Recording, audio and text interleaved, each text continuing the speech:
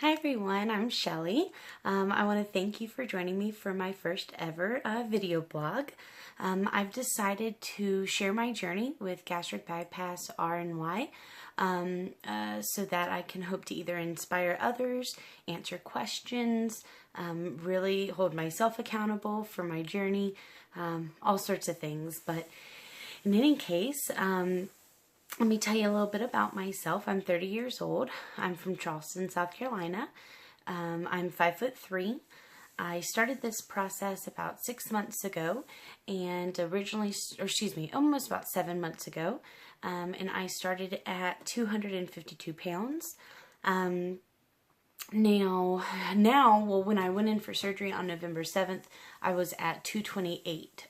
So I'll explain that whole process here in just a few minutes, but in any case, just to give you a little backstory about why I chose gastric bypass. Now, of course, I could go way back and fill you in on the whole story of my yo-yo dieting, all the different programs I've tried, the natural aspects of it, burning more calories than you're eating, all the normal, understandable things that people know about weight loss. I assure you, if this was not a last resort for most people, I don't know what is. So by this point, most people who have chosen to proceed with gastric bypass feel as though it's their last choice for a chance at a healthy life. And that kind of leads me into the reason why I decided to have it. So health. My parents both, genetics are kind of stacked against me. My dad, at the age of 62, had a triple bypass surgery on his heart. Afterwards, he suffered with congestive heart failure, high blood pressure, diabetes, type 2 diabetes, amidst other ailments, and ended up dying about 3 years after his bypass surgery at around the age of 65. But in any case, my mom, on the other hand, this year, at 63 years old, ended up having quadruple bypass heart surgery, and 2 months later had a heart attack. Now at this point, she's also suffering with congestive heart failure and diabetes and other things as well. So as you can see, it's genetically the likelihood of me developing congestive heart failure, heart issues, high blood pressure by the time I'm 60 years old. Those chances are very high if I hadn't done anything about my weight. So in any case, my health, where I'm at now, I went into having the gastric bypass surgery. I have asthma, migraines, ADHD.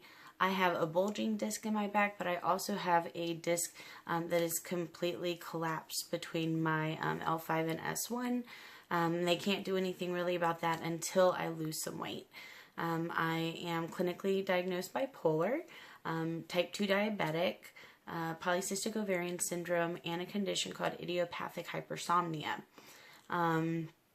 Now, naturally, having gastric bypass is not going to cure all those things.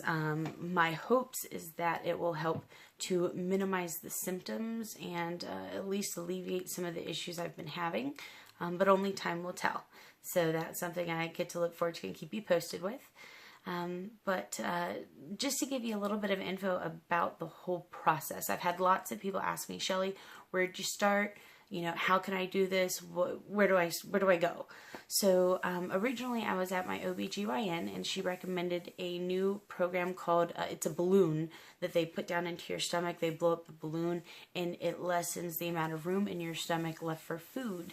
It is a temporary bariatric solution, goes for about 6 months, and then they remove it.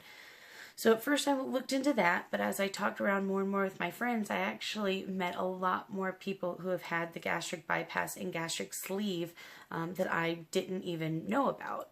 And in that, I was told about Dr. Kenneth Mitchell with St. Francis Bariatrics.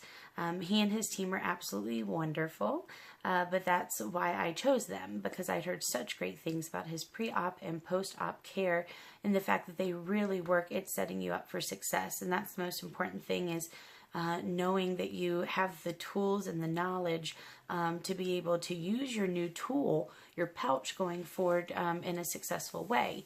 So with that, I signed up for an informational session, went to the info session. Dr. Mitchell went over all the different types of bariatric surgeries, then ended up finally meeting with Dr. Mitchell, went over my insurance requirements, amongst a few different things that they needed. They needed a history of my weight over the past few years, which I was able to get from one of my doctors. They needed a lipid panel, a sleep study.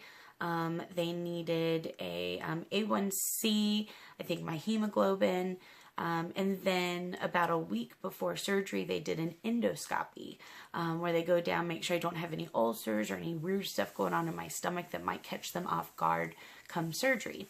So with all of that, oh, also, this is the big thing. With my insurance, it required a 6-month supervised diet with a nutritionist. So I met with a nutritionist monthly.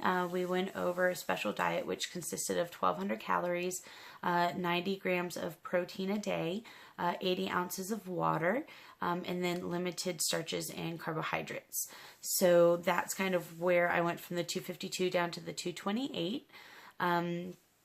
Now, once I met that 6 months, it was on, and my surgery date was scheduled for November 7th.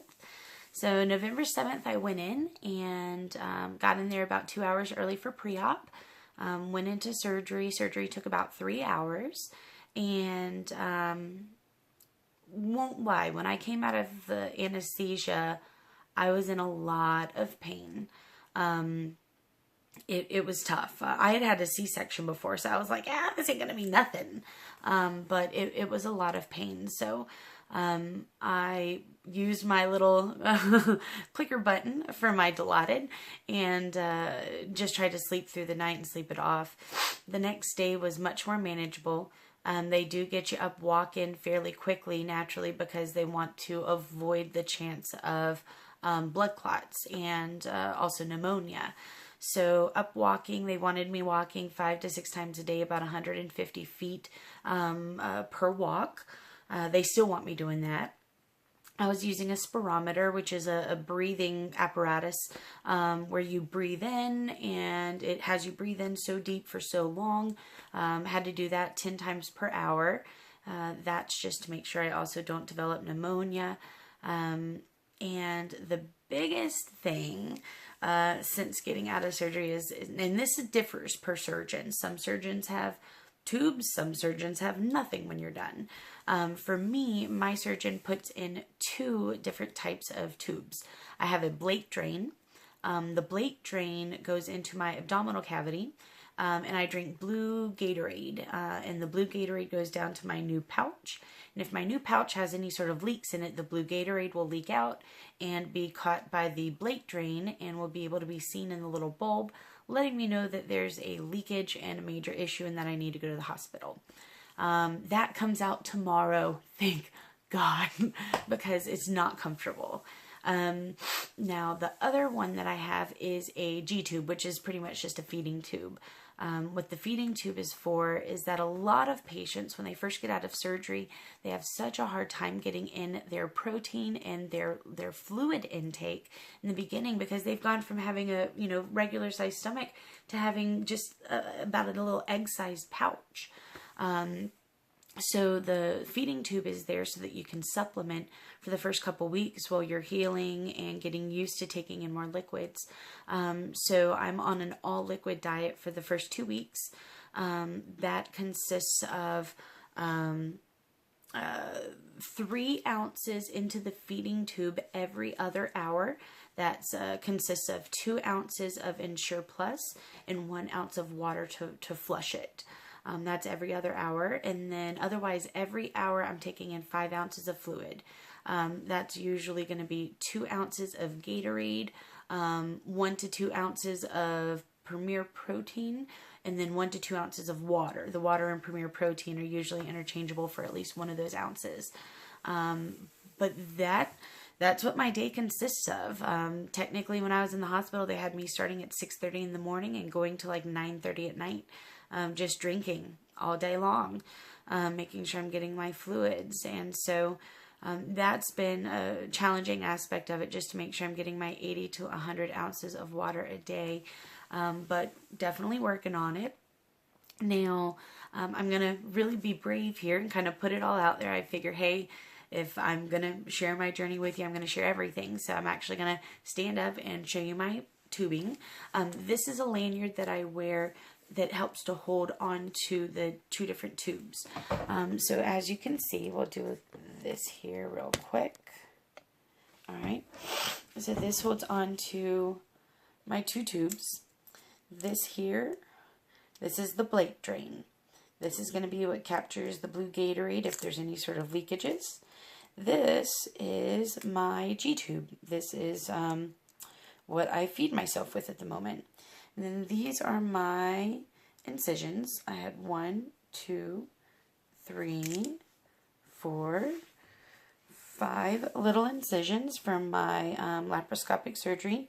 Down here I still have some bruises from where I was getting the blood thinners.